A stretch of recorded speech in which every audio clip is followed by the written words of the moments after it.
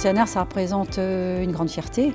Une fierté parce qu'on est au cœur de nos missions d'origine, puisque la navigation, l'irrigation et l'hydroélectricité sont 3 missions solidaires entre elles. Donc quand on participe à 43% du financement d'un simulateur de navigation, on est au cœur de nos missions. Donc ça représente ce que nous sommes.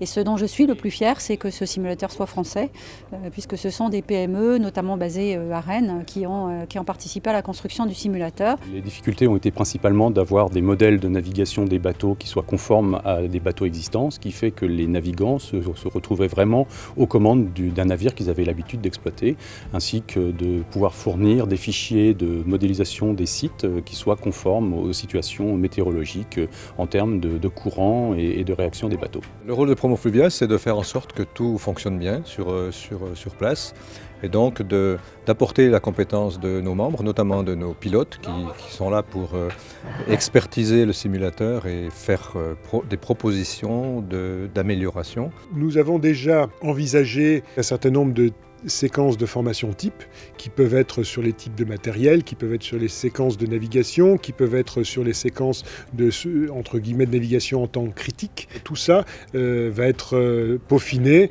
et présenté aux différents opérateurs. C'est vraiment un outil pour le développement d'un transport sécuritaire, donc attention quand on passe des ouvrages, attention quand les courants sont forts ou que les conditions météo sont difficiles. C'est sur ce sujet de la sécurité que nos partenaires, en particulier nos clients, nous attendent, donc nous y attachons énormément de prix.